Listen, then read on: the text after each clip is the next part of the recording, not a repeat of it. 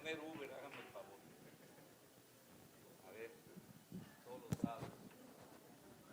Que vean sus fotos mañana. Gracias.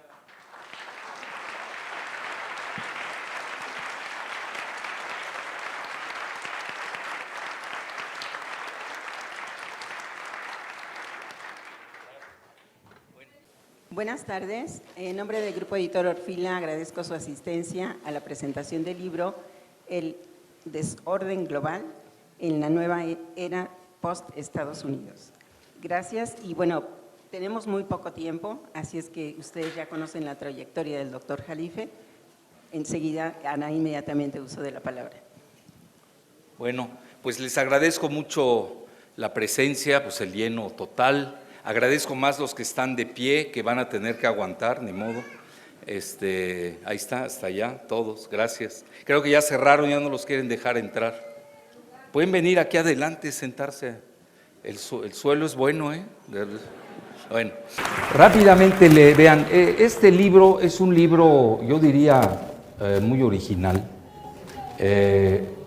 Pocos hay, lo digo con humildad y rigor, con esta visión geoestratégica en el mundo, así de ese tamaño, para que vean que en México también se piensa, y pensamos muy bien, para que no nos anden sacando de las jugadas del pensamiento estratégico. Por lo menos no participamos en ellas, pero por lo menos las entendemos, que ya es bastante. Vean, de entrada les doy una buena noticia, no habrá tercera guerra mundial.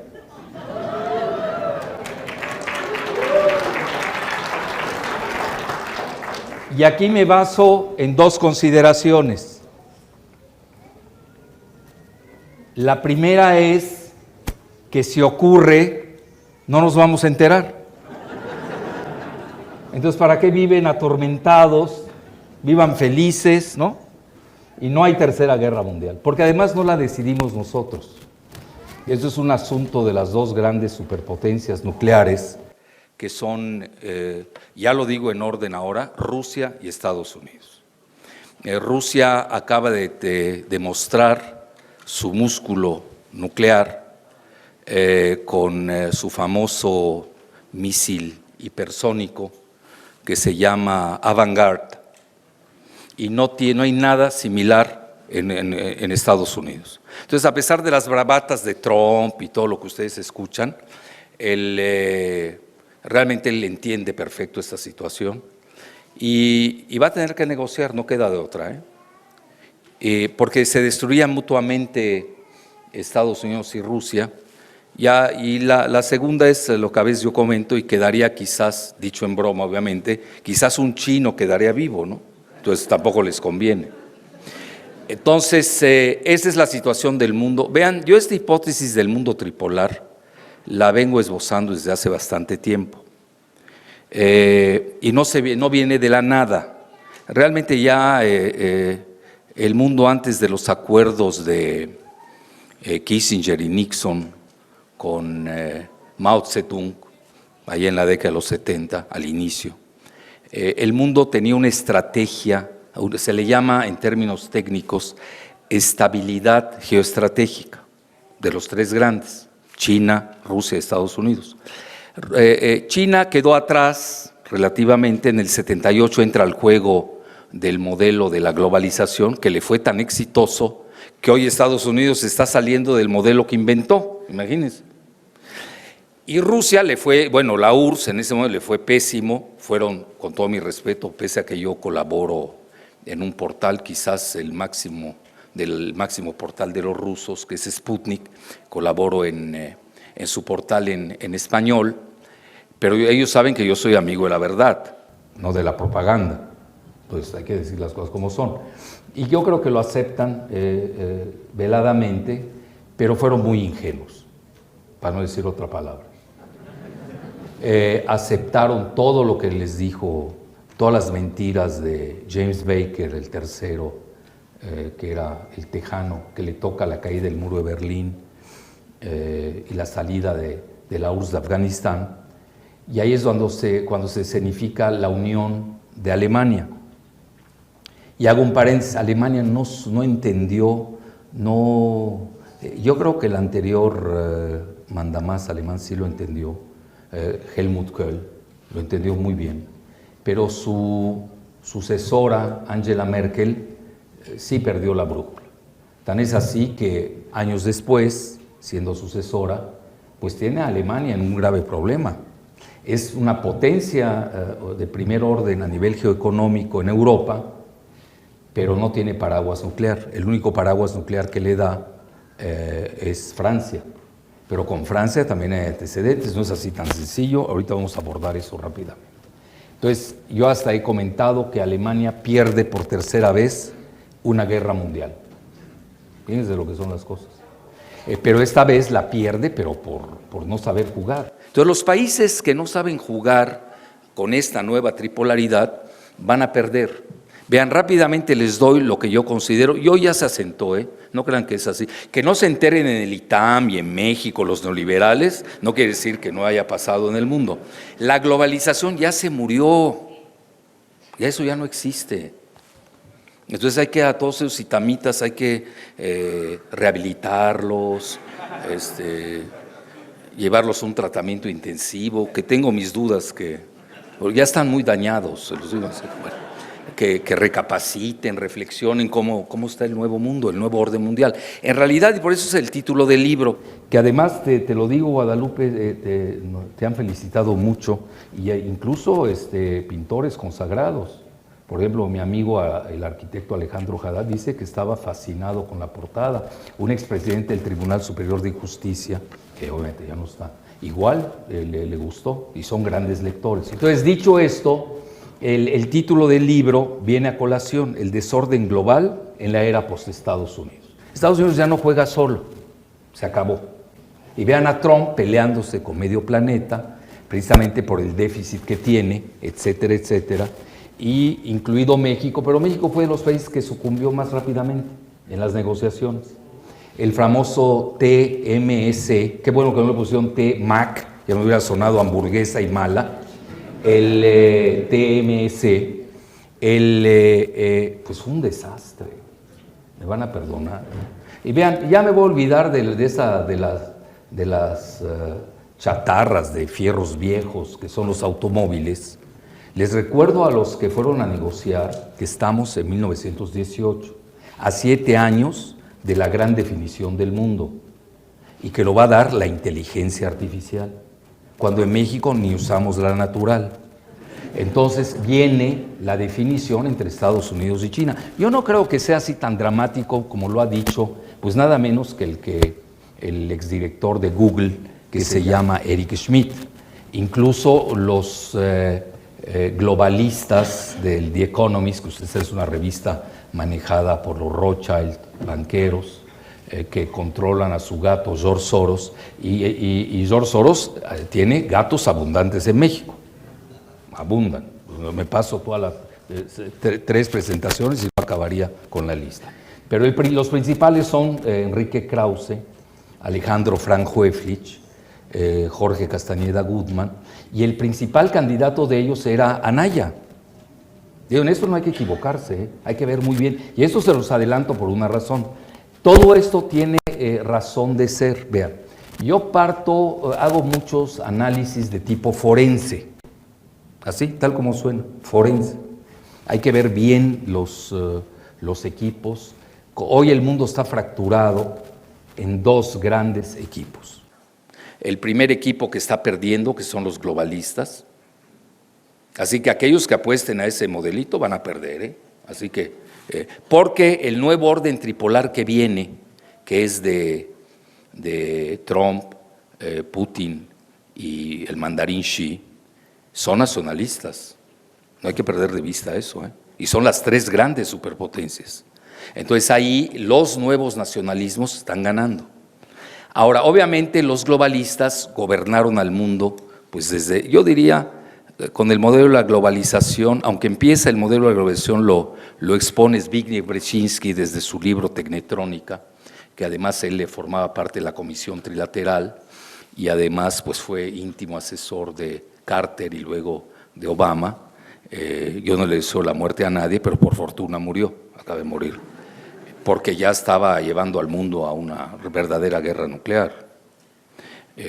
Son los que hacen los operativos con los neoconservadores de Estados Unidos en Irak, en Afganistán, que fueron un desastre, es la realidad. Bueno, entonces, dicho esto, porque Estados Unidos ya no gana guerras.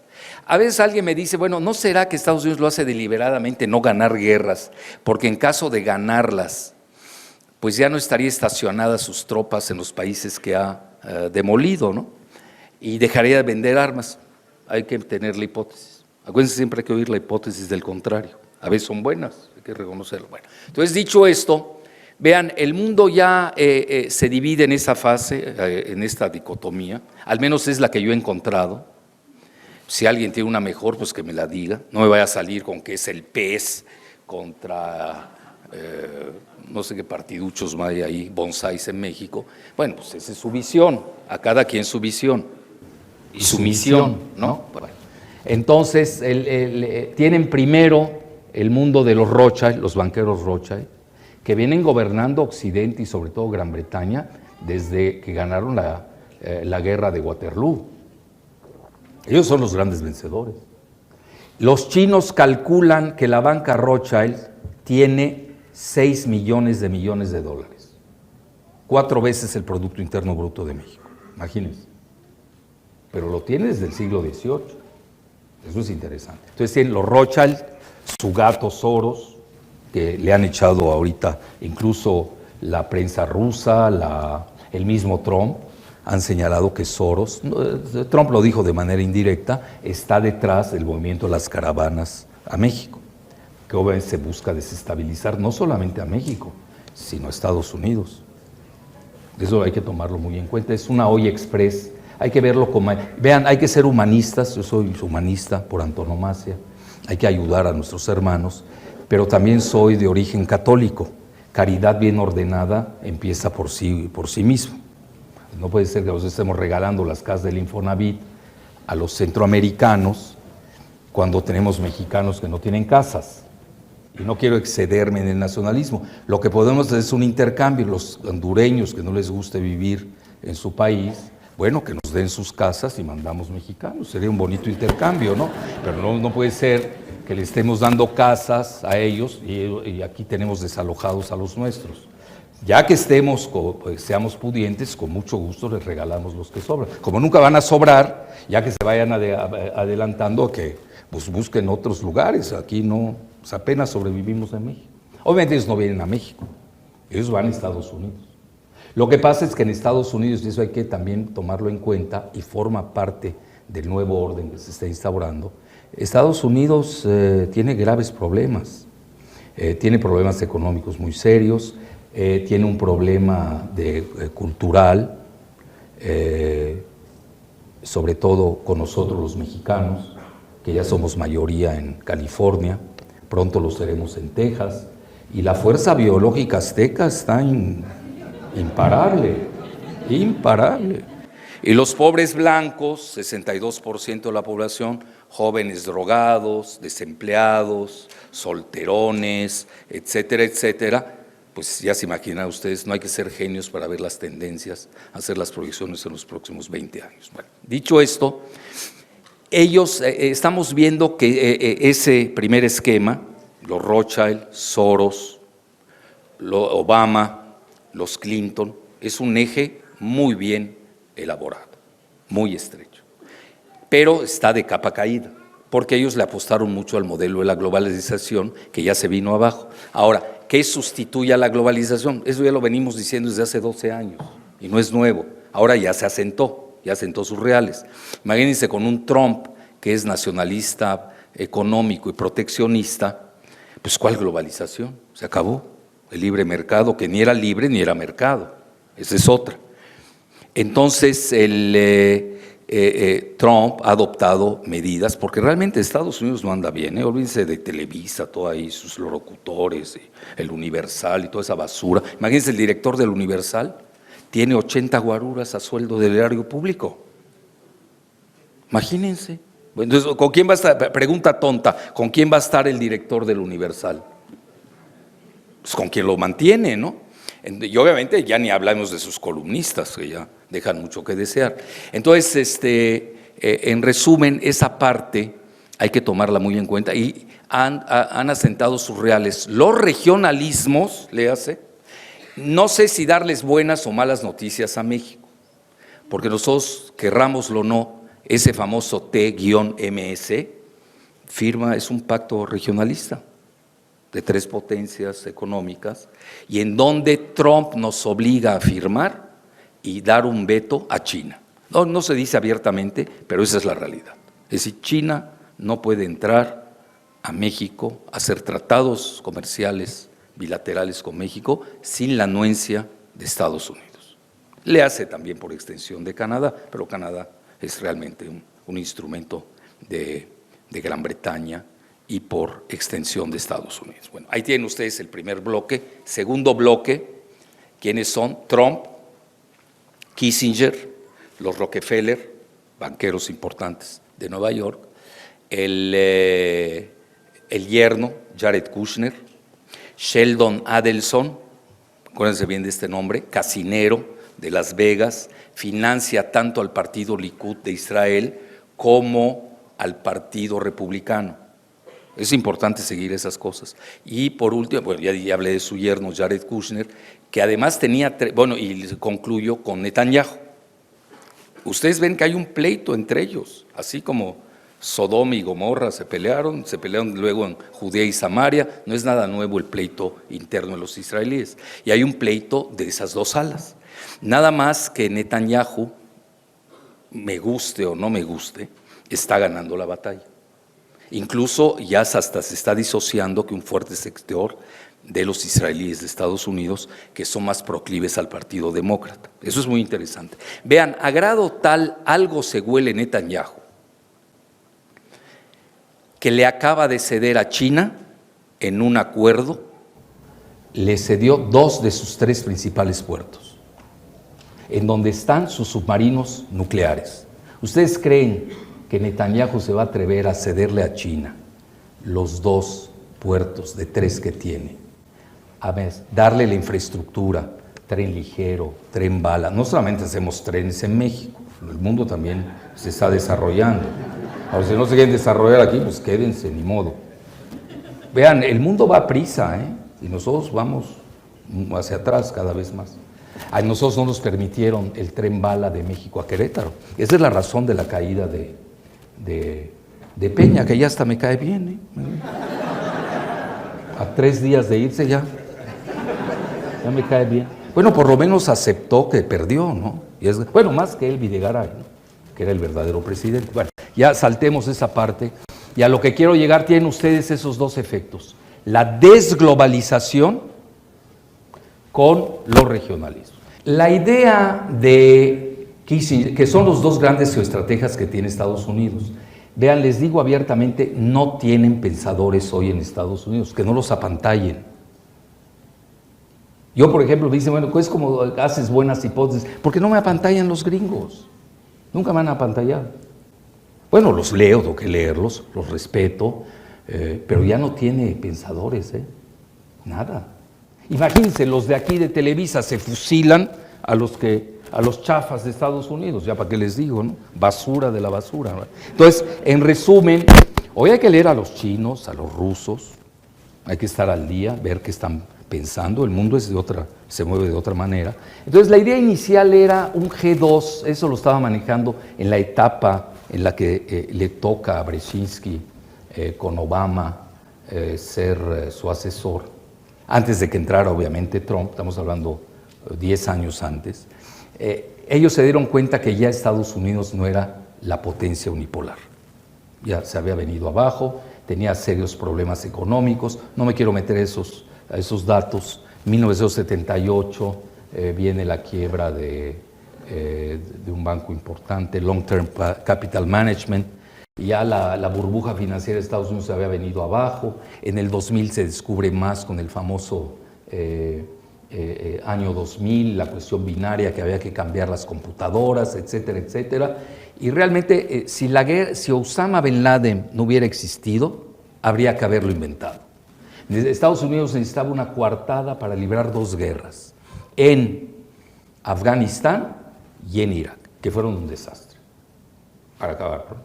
Entonces ahí viene el backlash, como se dice en inglés, la llegada de Trump, que es un antiguo demócrata, ¿eh? A veces nos olvida. Trump era de Nueva York, es de Nueva York, y era demócrata. Y luego vean cómo entra de incógnito al Partido Republicano y le gana a 11 gigantes, entre ellos el hijo de Bush, un hermano presidente, el otro papá presidente, toda una dinastía. Jeb Bush es el que pierde. Por eso hoy los Bush no están con Trump, todavía siguen adoloridos. Bueno, son temas internos. A lo que quiero llegar, en ese momento Brzezinski plantea un G2 de EU con China.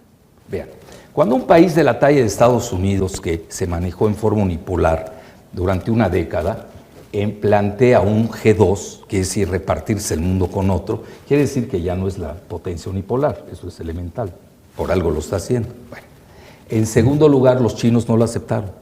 Los chinos traen su esquema, traen su proyecto, tienen una que se llama el Made in China 2025, hecho en China. Digo, para que Anaya no los apantalle, también sabemos inglés. Nada más que él traduce idioteces, esa es la diferencia. El de Made in China 2025, el hecho en China 2025, en el que China va a ser autosuficiente desde el punto de vista tecnológico. ¿Ustedes saben qué significa eso? Autosuficiente desde el punto de vista tecnológico. Y obviamente en Estados Unidos están aterrados. Y su segundo proyecto es la famosa ruta de la seda, que en realidad no es una ruta, son 3. Tiene la ruta de la seda, la clásica, la que yo incluso me ha tocado ver desde su inicio hasta su final, ahí en Xinjiang, donde están los monumentos de terracota. Imagínense, yo fui a estudiar la ruta de la seda a Xinjiang, y Castañeda Goodman, no es broma, canciller de México, si a esa cosa le llamas canciller, se fue a jugar a escondidas con Adela Micha. No es broma, Los chinos protestaron, iban hasta a cortar relaciones con México. No, pues es serio. ¿Cómo que te pones a jugar a escondidas? Ellos ya no se esconden desde hace mucho. Entonces, a jugar escondidas con los monumentos de terracota en China. Vean, uno a qué va y el otro a qué fue, ¿no? Entonces, en resumen, pues no me quiero quedar con la basofia del país. Regresemos al G2. Ahí se da y China no acepta, porque China trae proyectos, trae esa ruta de la seda continental, trae la otra ruta de la seda que es marítima, que pasa por el Océano Índico, porque China hoy es la que más está apostando a África. Y en México los corrimos. Vean qué inteligentes aquí somos. Aquí los corremos y en África los reciben con los brazos abiertos. Nada más que hay una consideración, la que tiene el cash mundial hoy es China. Y yo recuerdo que siempre hay el dictum, cash is king. Estados Unidos no tiene dinero, realmente está quebrado. Bueno, entonces, hoy China tiene más de reservas en divisas, tiene más de 3 trillions, que se dice en español billones, de dólares, es la que más tiene. Es la primera superpotencia geoeconómica en términos del PIB cuando se mide por la paridad, cuando se mide por el poder adquisitivo. Y en poder nominal, en 2 años va a ser la primera mundial. Incluso hasta el FMI tiene que cambiar la sede. De Washington se va a tener que ir a Beijing. ¿Por qué razón? Porque esas son las reglas del FMI. Tiene que tener su sede en el país que tiene el mayor Producto Interno Bruto del mundo. Está muy clara la jugada, no hay que perderse. China no aceptó el G2. Acuérdense, China es un país milenario, no es un país bananero. Llega Trump, lo quiere tratar como país bananero, pues lo mandan a freír espárragos, así de fácil. Bueno, entonces, en tercer lugar tienen la ruta del Ártico, que esa es otra maravilla, porque la logística de transporte chino va a disminuir a la mitad de días. Con el deshielo que se da debido al cambio climático, pues obviamente China va a dar la vuelta, entra por el Ártico y penetra a la región europea, sobre todo la de Alemania.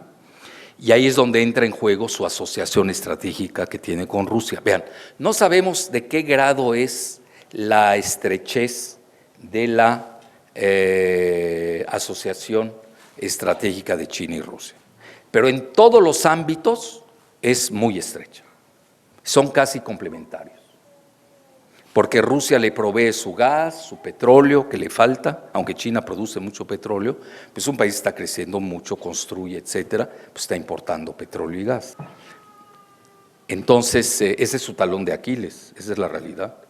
Y ahí es donde entra el juego de México. Van a decir, ¿ustedes México o qué? En eso, muy sencillo. Nosotros, el famoso T-MEC, ahí está la integración energética del proyecto de Norteamérica, que ya lo dijo una persona, ya lo dijo un escritor de Harvard, ahorita me acuerdo del nombre, el que habla del poder blando, seguramente lo reconocerán algunos, donde habla que la carta de Estados Unidos contra China es la energética. Léase el petróleo de México, el gas shale de México, el gas esquisto de México. Ustedes saben que en la parte noreste del país tenemos una de las mayores reservas de gas esquisto del planeta. El problema es el fracking, la fracturación hidráulica, que requiere de grandes cantidades de agua.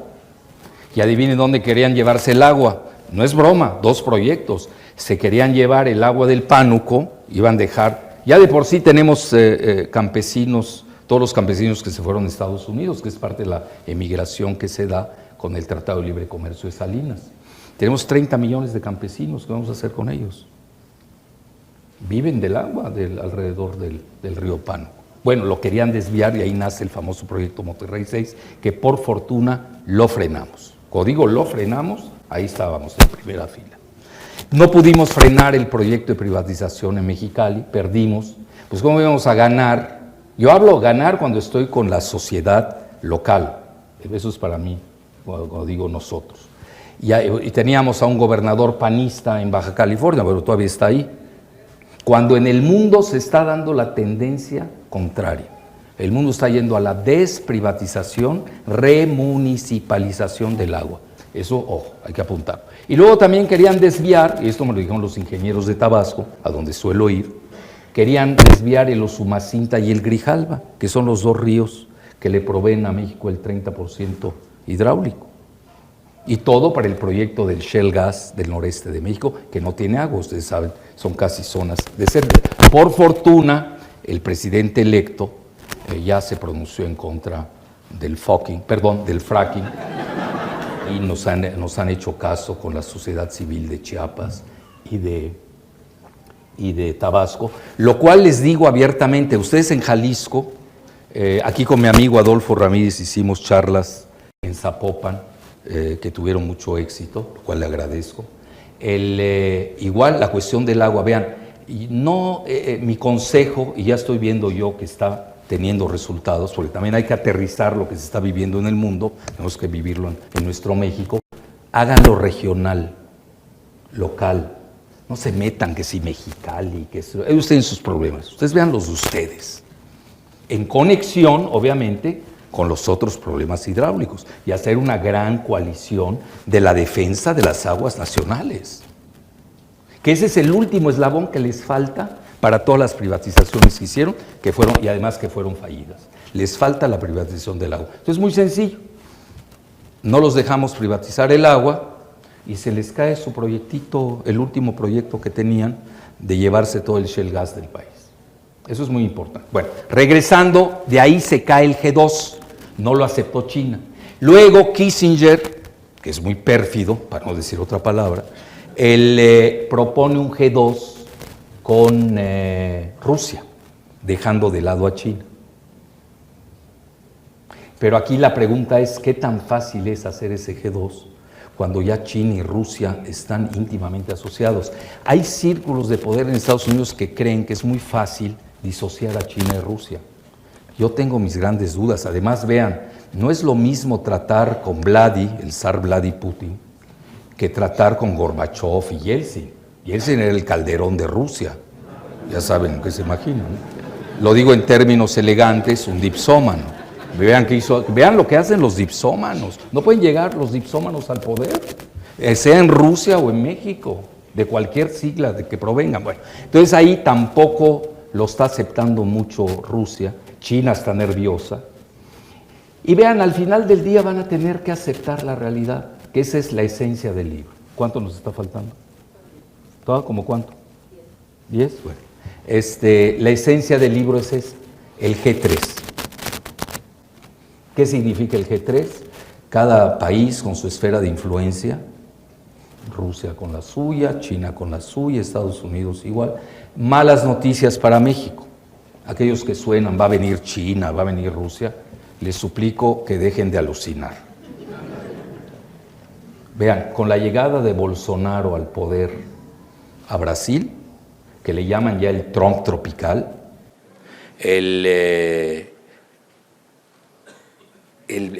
Latinoamérica prácticamente ya se volcó, más allá que la derecha, se volcó al fascismo.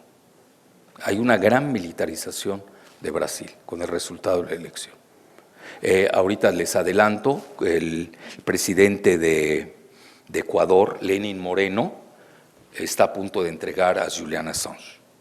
Lo corren de la embajada. Les doy el escenario. Jalife, ¿cómo lo sabe? Bueno, apúntenlo. Ustedes apunten la secuencia y luego nos vemos en la presentación del libro el año entrante. Primera, lo expulsan de la embajada, lo agarra la Scotland Yard, ¿no? La policía, y se lo entrega a la CIA. Llega a Estados Unidos y lo asesinan por traidor, porque libró secretos de Estado. Y Trump tiene que dar un ejemplo para que no se le sigan fugando sus secretos. Tiene a Snowden, lo recuerdan, ahí lo tiene asilado en Rusia, que ese fue un golpazo, todos los secretos que no habrá librado Edward Snowden a los rusos, etc. Bueno, ahí tienen ustedes malas noticias para Latinoamérica. Estamos regresando a un neomonroísmo militarizado con pinochetismo neoliberal. Es la peor mezcla de todas, porque el secretario de Finanzas de Brasil, Paulo Guedes, es pinochetista y va a privatizar todo lo que le dejen, hasta el Amazonas si lo dejan, de ese tamaño. Yo acabo de leer un artículo de un exalmirante y ex comandante de la OTAN, James Stavridis, estaba feliz con el triunfo de Bolsonaro. Interesante, ¿eh? Y además estamos viendo el renacimiento de un grupo evangelista muy poderoso. En Brasil ganó Bolsonaro gracias al 22% del voto casi uniforme de los evangelistas. No hay que perderlos de vista. Es una realidad. Trump es un WASP, no es ventada de madre, WASP es White Anglo-Saxon Protestant. Y ya está chocando con los guadalupanos morenos, no los de acá, morenos, pero de color brownies, de Estados Unidos. El choque es muy claro, Entonces estamos teniendo, vean, qué interesante, qué mundo. Estamos teniendo una dicotomía, como se las mostré en la dicotomía de geoestratégica de los mandatarios, arriba, en el Olimpo. Pero también, hoy, por ejemplo, yo les puedo decir, a mí ya la dicotomía izquierda-derecha, y acabo de estar en una presentación del PT, que supuestamente es un partido de izquierda, les dije honestamente, se me hace muy pobre ya para el siglo XXI la división entre izquierda y derecha. Además que hay mucho travesti en el camino, ¿no? Travestis, transitivos, ¿para qué seguimos? Entonces, eso de izquierda a derecha sí se dio, incluso hasta les hice rápidamente la recopilación. Acuérdense, en el siglo XI aproximadamente, las guerras eran de religión, las cruzadas contra los musulmanes. Luego se da en Europa las guerras internas de los cristianos, la clásica guerra de 30 años entre protestantes y católicos. Luego viene la primera revolución industrial, la primera, con la máquina de vapor, y ahí obviamente cambia radicalmente el planeta en sus divisiones, y ya se da entre el obrero y el patrón. Y obviamente es la época en que nace Marx, nace Engels. No crean que es gratuito todas esas situaciones que se dan en ese periodo. Luego viene la segunda revolución industrial, que es la eléctrica, la tercera, que es satelital, nuclear, misilística, y la primera revolución cibernética. México todavía, bueno, estábamos en la primera ya no veo que estemos en México, ni tenemos ferrocarriles ni tenemos barcos. En la segunda, pues tampoco, ahorita pensándolo, no sé, o que alguien me corrija, ¿no? Somos imitadores de tecnología ajena, pero nosotros, la de los automóviles es de 1930 y no es nuestra. somos ensambladores, es otra cosa. Vean, a China le exigen lo de la transferencia de tecnología a los Estados Unidos, a nosotros no, porque no la hacemos. No estoy incitando a que copiemos cómo hacer carros, además de los carros, si en 10 años, hasta estén en desuso. Vamos a entrar en una nueva modalidad de transporte, no podemos seguir con... Ustedes lo viven aquí en Guadalajara, y es inviable el modelo carro con combustible y el cemento, que repensar la vida en el planeta. Y hay varios personas, por ejemplo hay uno que les recomiendo, Dmitry Orlov, que es un gran pensador ruso que vive en Estados Unidos. Él dice que la manera de vivir para evitar el colapso en el futuro es cada quien con su milpita, que tenga ahí sus vacas, sus gallinas, ya está conectado con el internet al mundo, y se acabó, no necesita más. ¿Por qué necesitas venir a la ciudad?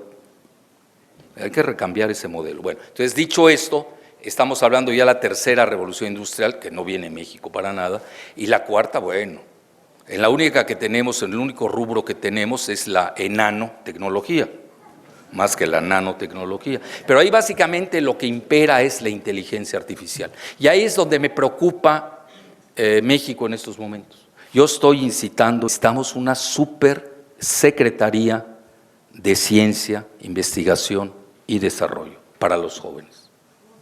Es decir, no solamente mis respetos para los ninis, pero no solamente podemos pensar en los ninis. También tenemos que pensar en los otros jóvenes que van a ser ninis si no nos ocupamos de ellos. Entonces, ya dicho esto, y ahí les va cómo se consolida esa situación del G3 que se tiene que dar. La próxima semana, el 30 de noviembre y el 1 de diciembre, ¿cuánto falta? El 1 de diciembre se da la cumbre del G20 en Buenos Aires. Bueno, el G20 no sirve para nada, ya va a empezar. Es una reunión de cuates, es lo único, ahí se encuentran, y va a estar eclipsada por dos reuniones. Una, la cumbre entre Trump y Vladimir Putin, y la otra, le invitó a cenar Trump al mandarín Xi para, yo no creo que se acabe la guerra comercial como tal. Va a haber un cese al fuego. Ya se dio Trump que no le pudo ganar a China. China es un país que piensa en el largo plazo. Trump es inmediatista, es diferente las cosmogonías entre Estados Unidos y China. Y va a ser interesante lo que resulte de ahí. Esa es la noticia de la semana entrante. Es un verdadero G3 que no se atreve a decir su nombre. Porque al final del día yo veo muy difícil que China deje a Rusia, por una sencilla razón. Le está proveyendo su gas, del que depende, y le está además, le da la cobertura nuclear. Claro, China es de las principales 5 potencias nucleares del planeta, pero no le llega a ninguno de los dos grandes que son Estados Unidos y Rusia. Estamos hablando de 2.500 ojivas, mientras que China anda en 500. Bueno, muchos dicen que muchas de las bombas de China son termonucleares, de hidrógeno. No vamos a pedir que haya una guerra para ver si las tienen o no. Muchas de las armas, acuérdense que aparecen en el momento de la verdad. Ahorita están, yo veo que hay mucha experimentación de nuevas armas en la guerra de Siria, que no las habíamos visto antes, etc. Y hoy las guerras también, ustedes lo saben, ya son ciberguerras, de hackeo, de computacionales, etc.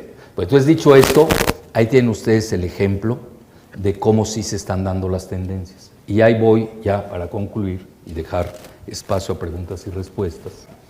Se acaba de celebrar la cumbre de la PEC en Papua Nueva Guinea. Fue el mandarín Xi, él fue la estrella.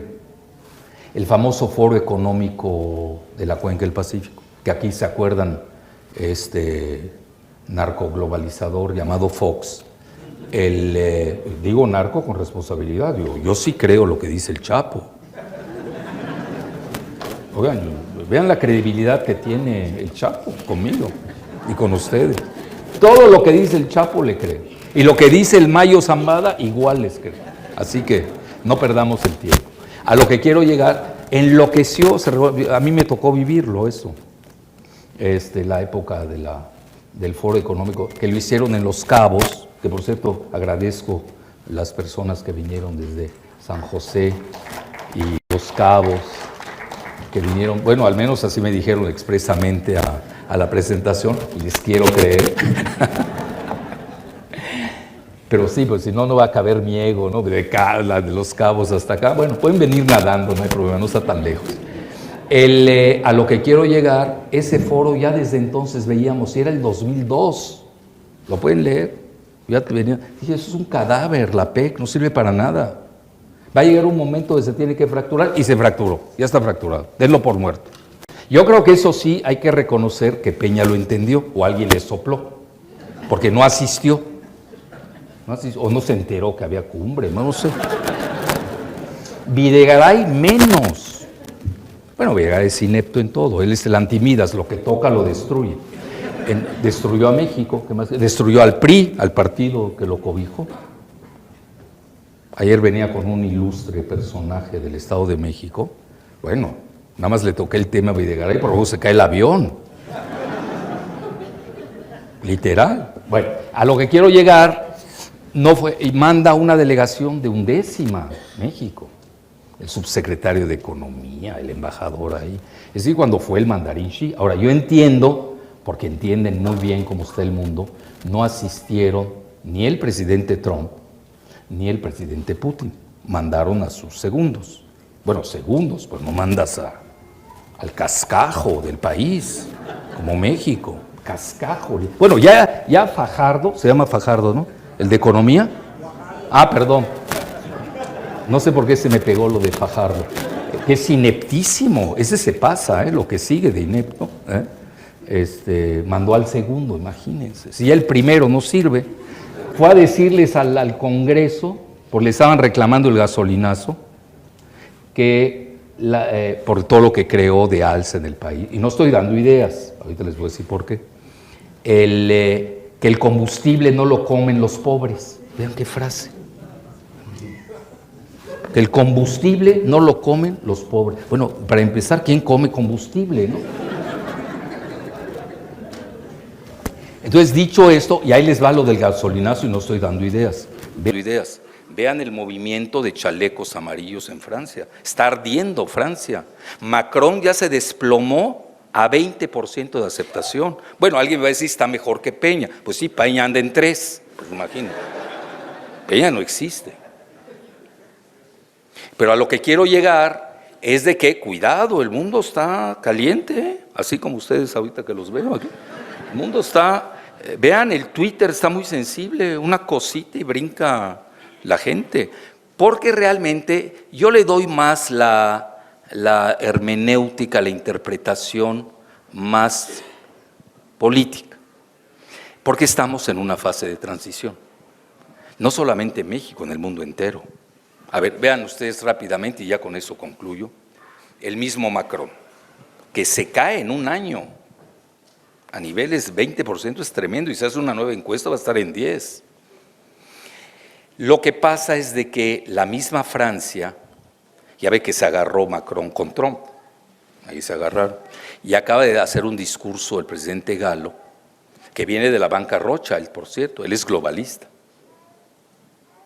Entonces todo el modelo neoliberal se está desplomando, bueno, en los principales países del mundo. Entonces él comenta que el mundo está viviendo un gran desorden mundial, por lo que insta a crear un ejército común europeo iniciado por Francia y por Alemania. Nada más que con quien se está poniendo de acuerdo en Alemania, Angela Merkel, pues también ya prácticamente está de salida, ya está muerta políticamente hablando. Entonces estamos viendo la fracturación de Europa, que es tremenda. Yo acabo de estar en Estambul la semana pasada y se nota, sí se nota el cambio, cómo va el giro hacia el este. Turquía hay que tomarla en cuenta, Yo ahí vi un país pujante, próspero, con nostalgia de su gran pasado que tuvo, y van hacia la gloria, están buscando la gloria.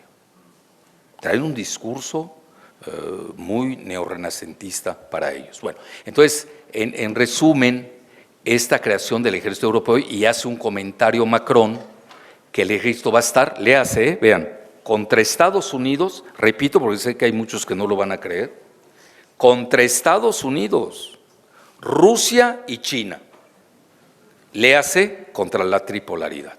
Es decir, ellos ya están viendo que se está asentando la tripolaridad. Y obviamente Europa puede quedar fuera. Bueno, Europa pues, se puede balcanizar. Vean, el primer ministro de Hungría, Orbán, lo pueden buscar en Google, hoy nadie puede hablar solo, ya para eso sirve el Google, para secundar. Si miente uno o dice la verdad, de inmediato lo cacha. Orbán acusó a George Soros de estar detrás de la migración masiva de los países árabes a Europa, para desestabilizar a Europa y pegarle al euro. Él le apuesta más, obviamente, a Gran Bretaña, al modelo. Nada más que Gran Bretaña tiene problemas, que es el Brexit. Están saliendo. Es decir, ya Gran Bretaña… Vean cómo lo que estamos hablando de 10 países rápidamente y se está dislocando. Está dislocando prácticamente la Unión Europea. Entonces, el mismo Erdogan acusó a a Soros de estar financiando la balcanización de Europa. Y vean, anoche tuve una discusión con un amigo muy inteligente, por cierto. Bueno, muy inteligente porque me invitó a cenar. Él escogió bien el restaurante, por lo menos.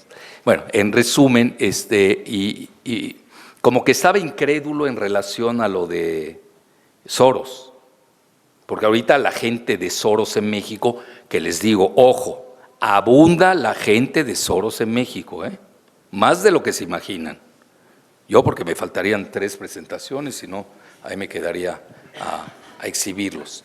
A lo que quiero llegar, le dije, mira, el mismo Soros reconoció que financió con $600 millones la migración en general, toda la cuestión migratoria. Entonces le dije, mira, hay un dicho penal muy sencillo: a confesión de partes, relevo de pruebas. Y concluyo, sí, ahora sí, ¿no? Estamos ante una nueva dinámica. Ahora, ¿dónde va a quedar México? Bueno, México ya hace mucho quedó digerido. Desde el siglo XIX, cuando perdimos más de la mitad del territorio. Luego vienen los tratados de Bucareli, de 1924, que prácticamente era sobre el petróleo mexicano. Y luego viene la frase famosa de Brzezinski, en 1970, que dice: no queremos un Japón en nuestra frontera. Por eso México no ha crecido, no nos dejan. Por eso tenemos el Bester Gordillo, para acabar con la educación en México. El mexicano es muy creativo. ¿Cómo puede ser que aquí tengamos grandes ingenieros en computación y en sistemas, pero no tengo nada en contra, pero ya han hecho muy bien de Guadalajara el nuevo Silicon Valley, que yo le llamo el Tequila Valley, ¿no?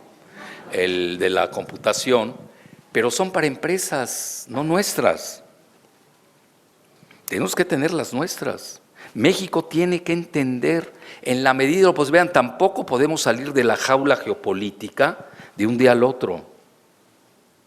No es fácil. Se entregó demasiado el país al esquema regional de Norteamérica. No tenemos banca. A juego con banca el Bajío vamos a salir a competir. No sirve ni para comprar paletas, por favor.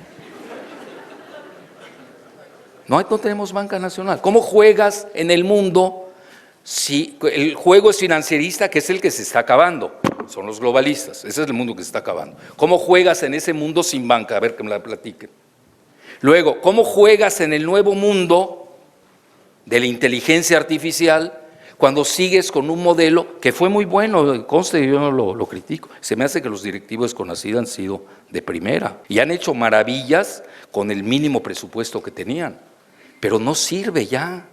Ya quedó caduco, dada la nueva circunstancia que estamos viviendo de la tripolaridad. Y esa es la parte en lo que yo sí con esto ya es punto final, estamos muy regionalizados con Estados Unidos. Bueno, entonces hay que aprovechar esto. No es de las derrotas, hay que tener victorias. Les voy a dar 2 secretos para ganarle a Estados Unidos, a quien esté gobernando. El primero, nuestra cultura. Por eso yo soy fiel, ferviente del Tren Maya. No por cuestión, no lo vean como modelo económico, véanlo como un modelo cultural de identidad. Obviamente hay que tomar en cuenta a los indígenas, que para mí son una riqueza antropológica maravillosa, nadie está en contra. Es más, hay que remunerarlos con los ingresos que vengan del Tren Maya. La biodiversidad de las especies vivientes de la creación, siempre me he manifestado a favor, hay que tomarlo en cuenta. Pero más que nada la conectividad maya entre Calakmul y Palenque, que son una maravilla. Esa es la fuerza de México. Estados Unidos no la tiene. El museo más grande de Estados Unidos es un desierto y el de Arizona, hágame el favor, que allá hacen rocas, ponen ahí efigies, pues no tienen historia. Nosotros es lo que tenemos. Siempre doy el ejemplo de Roma y Grecia. Roma ganó militarmente, pero Grecia la absorbió en el mediano y largo plazo desde el punto de vista cultural. Vean la comida mexicana, el gringo, puro hot dog. Y ni es de ellos, hot dog es alemán. La pizza italiana, y muchos dicen que es hasta libanesa.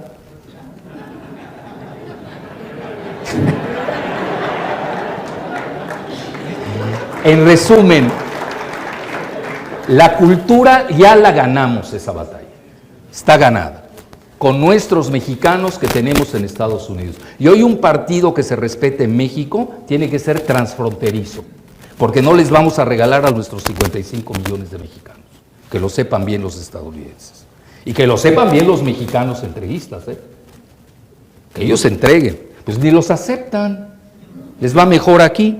Bueno, entonces en resumen, tienen esa parte de la cultura, está ganada, y la otra, que ya saben, la ley del número, que es la democrática, pues es la demográfica.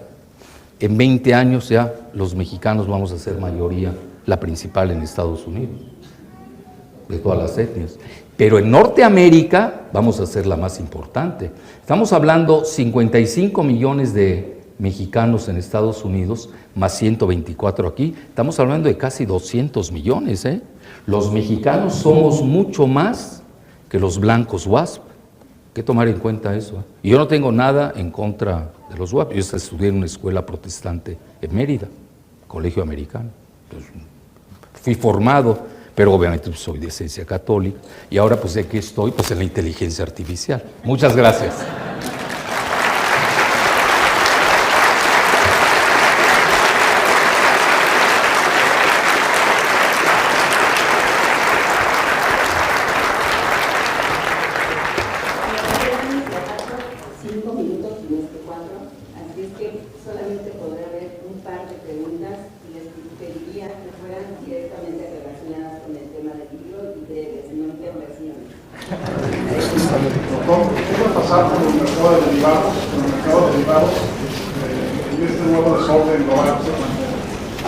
Bueno, mira, es buena pregunta. Ya los derivados bien, no se escucha bien esta. Bueno, me voy al podio. No me quieren bajar del podio. Bueno, el mercado de los derivados ya vivió sus mejores épocas. Forma parte del modelo financierista de la globalización, donde están la Citi y Wall Street. Goldman Sachs sigue teniendo mucho poder. Goldman Sachs forma parte del gabinete de Trump, así como lo formó de Hillary, incluso, no, mi lapsus, de Obama, pero estaba a favor de Hillary. Pero Goldman Sachs, como yo siempre digo, presidentes van y vienen en Estados Unidos y Goldman Sachs sigue. Todavía el modelo no está muerto, está declinando. Entonces todavía van a haber derivados. Ahorita están inventando esto del Bitcoin, ya vieron que se les ha caído muy feo, etcétera. No sé qué experimento hay ahí, realmente. Pero ya este modelo de la globalización financierista, lo que pasa es que hay que saber disociar qué es la globalización financierista y qué es la globalización economicista. La economicista, los principales son China e India. India ya desplazó a Japón, eso hay que tomarlo en cuenta. Por eso muchos que me hacen críticas, yo diría críticas juiciosas, cartesianas, me dicen, ¿por qué no pones a India? Porque sería una visión muy economicista. Yo pongo a las tres grandes potencias que tienen perfil y horizonte mundial. India todavía no tiene ese perfil. Ahora, si usted me pregunta, ¿te molesta si entra India? Para nada, pues que se haga un G4, which is the problem, ¿no? problema. Lo que me disgusta es que México no esté en nada, que Latinoamérica no exista. Eso es lo que me preocupa. Eso es lo que, entonces, ese modelo de globalización financierista con sus derivados se va a venir abajo. China maneja más lo del Producto Interno Bruto. Acuérdense que el Producto Interno se divide en dos rubros, bienes y servicios. En los bienes, China e India van, bueno, en las nubes, igual que la Unión Europea. Estados Unidos no tiene manufactura. Ahí están todos sus escritos, tienen graves problemas con la manufactura. Se dedicaron mucho a la especulación y ahora Trump, vean, esté uno a favor o en contra, que pueden mentarle la madre las horas que quieran y yo los apoyo. Está bien que les sirva de catarsis, está bien. Luego tienes que sentarte, ¿qué hacemos? Tienes que negociar con él. Hoy se están sentando Xi y Vladimir Putin. Entonces, yo creo que lo que hace Andrés Manuel está bien, sentarse a negociar con él, no tenemos otra opción, por el momento. A veces que la política es dinámica, yo estoy hablando al corte de caja de hoy, y hay que ver las tendencias y ver qué viene en los próximos días. Ahora, el mundo se define en 5 o 10 años, no crean que esto aguanta mucho. Lo de la inteligencia artificial en 5 años se define. El zar Vladimir Putin fue a una escuela de niños en Rusia y les dijo, textualmente, quien domine la inteligencia artificial controlará al mundo. Yo no creo personalmente que Rusia esté fuera, no lo creo. Tampoco lo va a decir al aire Putin. Como también The Economist el otro día manejaba que tiene que estar la Unión Europea. El problema es que, ¿dónde está la Unión Europea? El futuro de la Unión Europea es muy incierto, se está fracturando. Entonces, en ese sentido, son los dos choques de la globalización financierista con la globalización economicista que le beneficia a China esta última. Y obviamente ahí tienen menos, ellos se meten menos a la cuestión especulativa, aunque ya abrieron su plaza de Shanghai, que es muy importante. Y ahí acuérdense cómo están haciendo el trueque, saltarse al dólar, usando al petróleo en la venta, compra-venta, con respaldo del oro. Cuidado, pero no creo que tampoco se dé tan bruscamente. Vean, si vamos a un G3, el nuevo orden mundial tendrá que ser muy gradual, negociado. ¿Sí? ¿Ya? Ya, sí. Bueno, gracias. Pues ya no tenemos tiempo.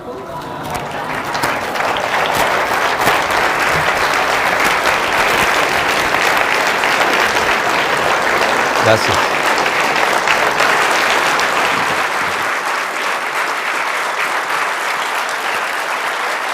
Muchas gracias. Los libros del doctor Jalife están a la venta a la salida del foro, pero también estamos en el stand K23, que es en el área del libro universitario académico. Pueden entrar por el pasillo J y en la primera esquina a la izquierda, ahí ven el K y hacia adelante ahí va a estar el doctor Jalife también autografiando los libros. Gracias.